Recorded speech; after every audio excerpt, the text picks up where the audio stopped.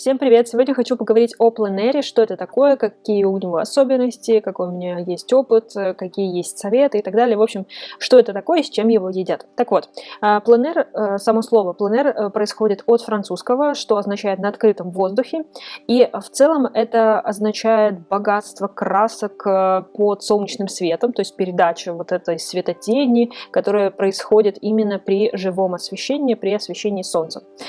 И пленэрная живопись, соответственно, это то, что художник рисует на природе, не в мастерской, где есть свет, солнце, природа и, собственно говоря, только сам художник.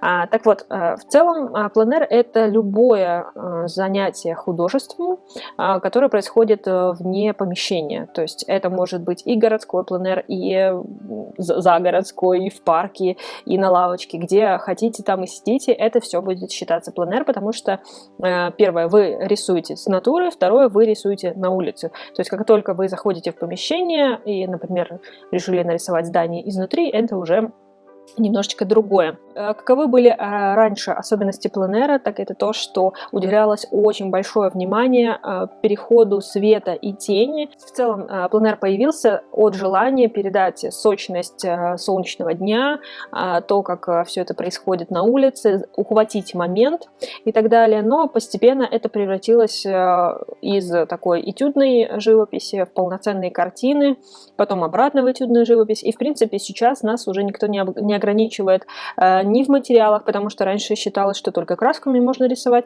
Сейчас же вы можете рисовать чем угодно. Если просто вы возьмете ручку и свой скетчбук, присядете где-нибудь в парке на лавочке и сделаете набросок, это уже будет считаться пленэр.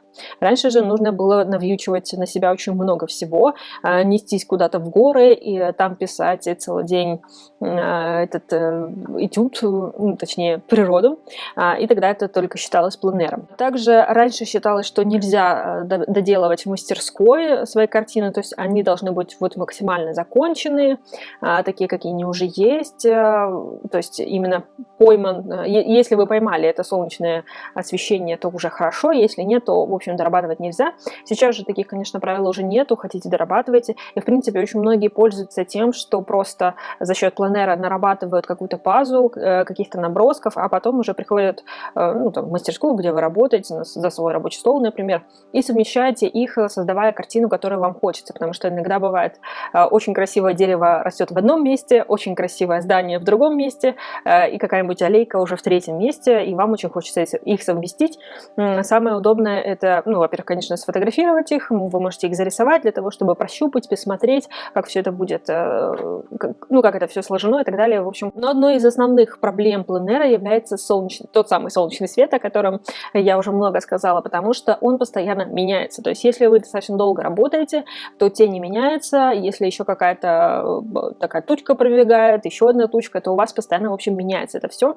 Поэтому этот вид художества не для начинающих. То есть вы должны быть уже с каким-то опытом, понимать, что если зашла тучка, то либо вы ждете, либо она слишком большая, и как вообще располагаются все тени и свет, потому что все равно есть определенные законы, по которым это все происходит. И если вы их знаете, то, в принципе, вот эти все колебания света вам и не так уж и мешают, собственно говоря, работать. Так что все-таки нужно определенный опыт поднакопить при обычных натюрмортах, порисовать яблочки, кувшинчики, для того, чтобы просто понять основы, и потом уже можно выбираться на пленэр. И каковы советы и мой личный опыт, собственно говоря, с пленэром? Советы, самый главный совет, который я могу дать, который мне достаточно тоже давно уже дал другой художник, это ни в коем случае нельзя садиться на солнце. То есть, когда вы хотите что-то рисовать, не садитесь на солнце. Возможно, если вы рисуете графикой чисто, то вам не будет никакой проблемы. Если вам не жарко, не припекает, то сидите. Если вы рисуете красками, то это чревато тем, что ощущение и насыщенность от красок совершенно другая при очень сильной солнечной погоде. Потому что когда на ваш холст попадают прямые солнечные лучи, то цветовосприятие и световосприятие совершенно меняется. То есть то, что вы напишете на солнечном свете, потом Когда вы войдете, например, в помещение, вы увидите, насколько краски блеклые, выцвевшие, плюс, если там, например, у вас не очень качественная акварель, то она может сразу и выгореть. То есть вот эта насыщенность тонов, она совершенно по-другому чувствуется на солнечном свете, поэтому все-таки лучше садиться куда-то в тень, не прям в глубокую-глубокую, но все-таки вам нужно скрыться в тень для того, чтобы было более адекватное цветовосприятие. Следующий лично от меня совет — это то, что если вы рисуете акварелью, то берите обязательно много воды, потому что она обязательно понадобится. Если вы что-то большое рисуете, или если у вас что-то темное есть, вам нужно постоянно промывать кисти, и вам нужно будет постоянно много чистой воды, а на пленэре не всегда это возможно где-то пойти, набрать, поэтому все-таки запастись. А если особенно вы рисуете маслом или акрилом, то запаситесь салфетками, причем и бумажными, и влажными салфетками, потому что они очень сильно пригодятся, потому что обязательно что-то испачкается, упадет, размажется, вы заденете рукавом, еще что-то, постоянно что-то происходит. В общем, нужно быть начеку, потому что дома или в мастерской вы можете пойти помыть руки под проточной водой, а когда вы на пленэре, вы ограничены этим, поэтому лучше сразу запастись.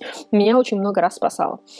Следующее, если вы выбираетесь именно на такой натуралистичный, на натуру, ну, в общем, на природу. Если вы выбираетесь, то нужно, в общем, запастись терпением и спреем от насекомых. Это очень важно, потому что если вы там лежите в траве и что-нибудь рисуете, какое-нибудь поле прекрасное, замечательное, то в этой самой траве может быть очень много всяких насекомых, которые могут вас покусать, и очень нехорошее быть последствия. Особенно, кстати, если вы сидите где-нибудь в лесу и рисуете какие-нибудь деревья, полянки, то как раз во влажных лесах самые злые комары и всякие такие животные, насекомые водятся.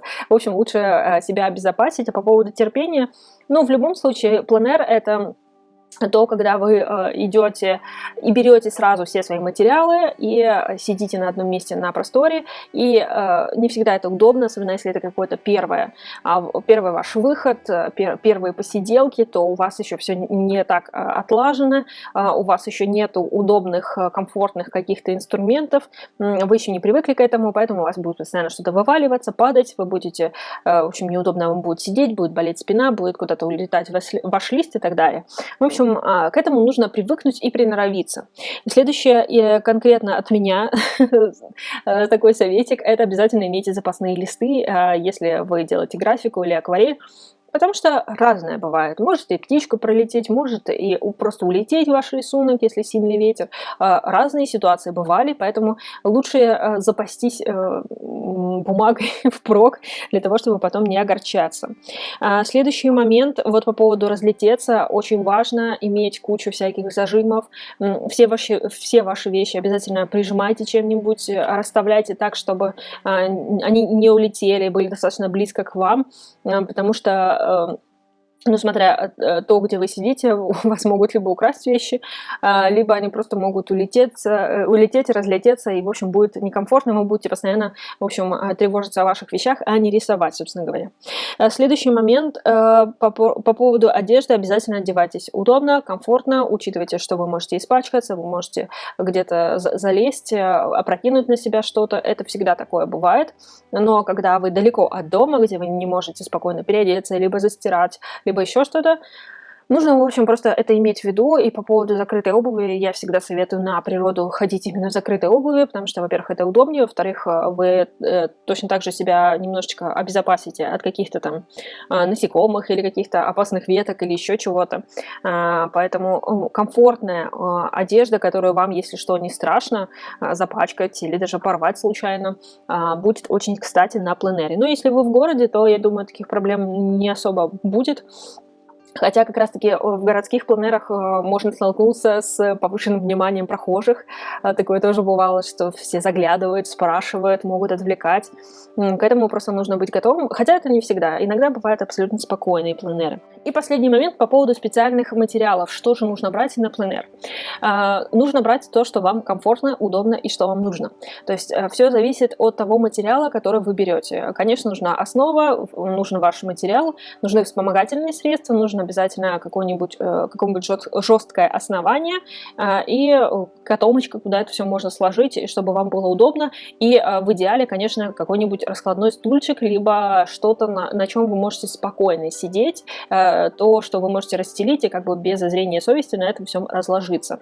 И не обязательно покупать какие-то специальные там кисточки, этюдники и все такое. Особенно, если вы только начинаете. Вы не сразу можете понять вообще, что вам нужно, потому что некоторые обходятся просто планшетом, складным стульчиком и там маленьким набором акварели, например, и у них маленькая баночка специальная, и парочку складных кистей.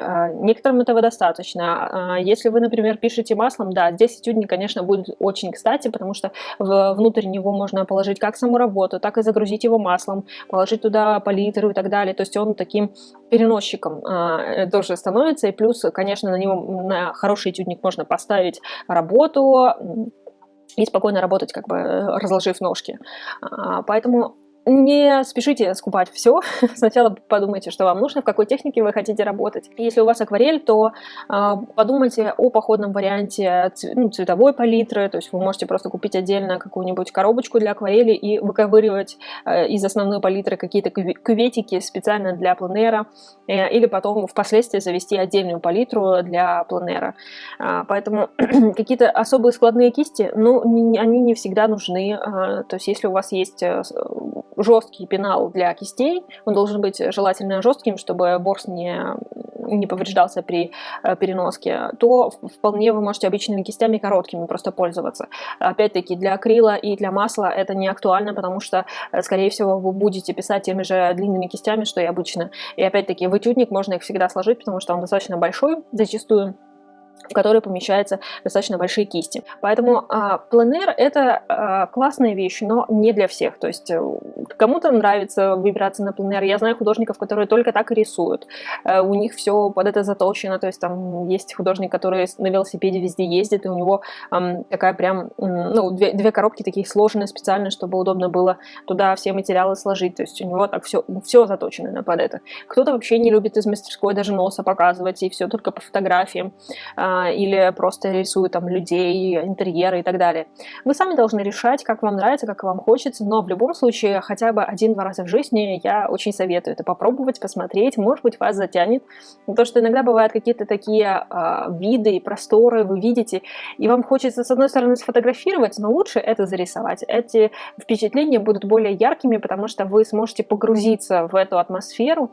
А если вы сфотографируете, просто это 2 секунды и все, а потом будет просто красивая фотография, на этом закончится. А если вы будете рисовать, вы будете долго и тщательно изучать то, что вы хотели сфотографировать, и тогда у вас будут более яркие воспоминания. Все, мои хорошие, подписывайтесь, ставьте лайк, до следующих историй. Пока-пока.